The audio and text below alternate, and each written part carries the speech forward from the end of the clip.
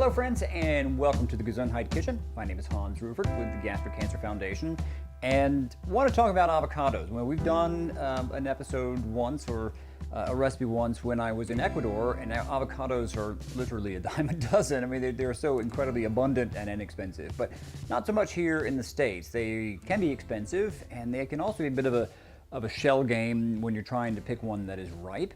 And even if you consider yourself an avocado expert, you should always plan on there being one in the batch that's gonna not be so grand. So typically when I buy them, I try to buy them in different sort of levels of ripeness.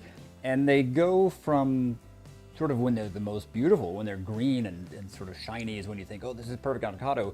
It's gonna be rock hard and flavorless. So you can kind of see as I try to line them up here in a scale of ripeness that they start to turn brown.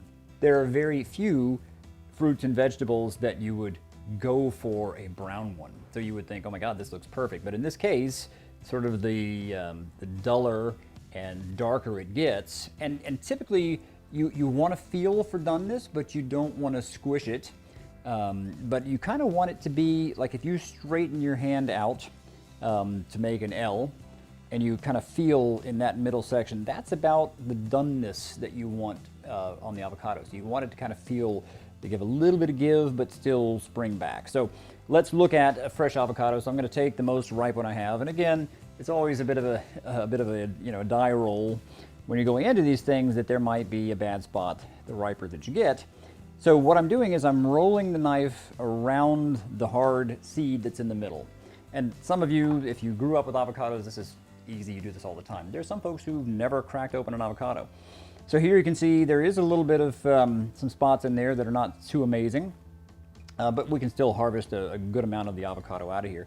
But that happens. So, you know, there was a kind of 1 in 10 chance that this could happen, which is always why it's a good idea to have backups. So to get this stone out, the easiest way is to take a knife and just kind of smack it and then twist. And so the stone or the seed kind of sticks to the knife, and then you can just kind of pop that sucker off of there. Now, kind of a neat trick, if you're doing a lot of avocados, something in the seed helps prevent the avocado from turning brown. So if you're making, say, guacamole, if you keep a couple seeds and put them on top of the finished guacamole, it helps keep the avocado green. Now, once you're incorporating it into, say, a salad, which is what we're gonna do, if you have lemon juice also kind of helps prevent that oxidation.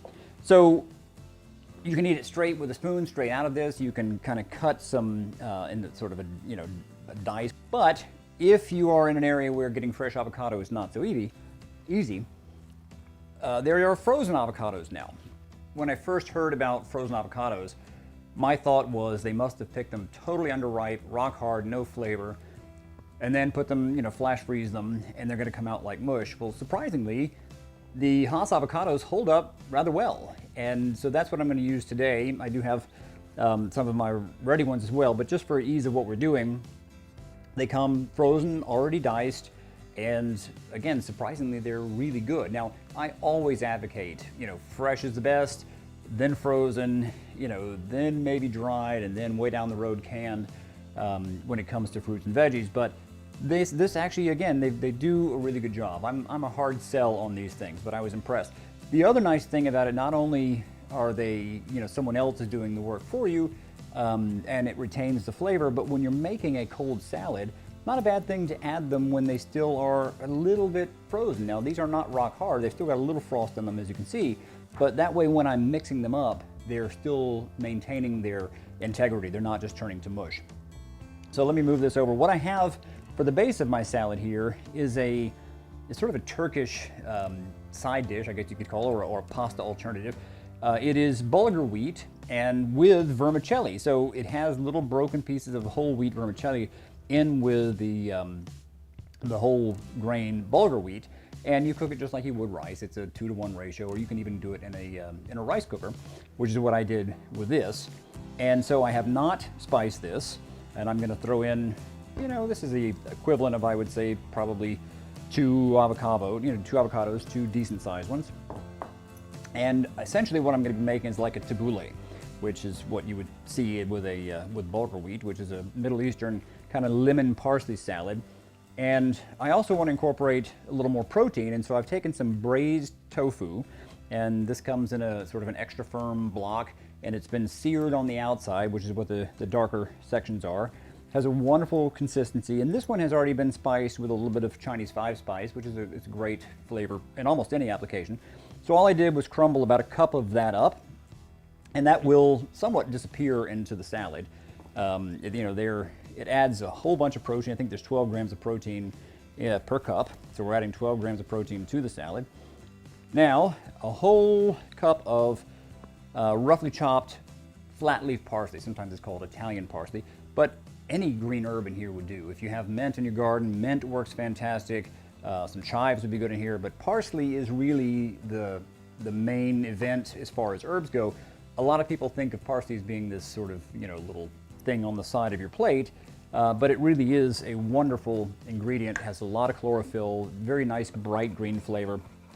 And then for this size, I'm going to put about 4 cloves of garlic in here, and I'm rough chopping it. Depending on how you like your garlic, you can mince it. You can also mince it with a knife, as I'm doing here. But there is no substitute for fresh garlic. You can get that watery stuff, and it maybe used to be garlic, but the sort of astringency, the digestive enzymes that are in fresh garlic, and really just the flavor and aroma is amazing. So go fresh whenever you can. So 4 cloves going straight in there, and this is going to wake up over time. So right now it is strong, but as it sort of blooms or comes into itself, it'll actually mellow out, but the flavor will really go throughout the entire dish. Then I've got the juice of 1 average size lemon, but you can also do lime or even some orange juice, fresh orange juice in there. It's fantastic. And then salt. Now the salt blend that I'm using right now is one that I'm playing with, which I'm using a little smoked salt with some fennel seeds and white pepper in there as well. But the main thing is you want to have some salt in there, but you don't want to have so much salt that you taste salt. So salt is a natural extractant. It's going to help pull out the flavor of all the ingredients, but I never really want to have it where there's so much salt that you're tasting salt. And then the last ingredient is going to be some olive oil. So in this amount, I would say it's about half a cup of good olive oil. This is a Greek one that's a very fruity olive oil. And that's the great thing too on these cold salads. You can really use your really good oils that you were either gifted or you picked up at some fun gourmet shop, and you're thinking, I'm saving this for a special occasion. Well, today is that special occasion. Don't save it forever. It eventually goes a little rancid if, say, beyond about 6 months. So don't wait for some special day. Make today that special day. So here is our salad. It's, again, full of protein and easy to digest protein on top of that. And we've got our avocados in there, and as well as the braised tofu. So what I'm going to do is load this up, and then ideally, let me take another one of my fresh avocados here.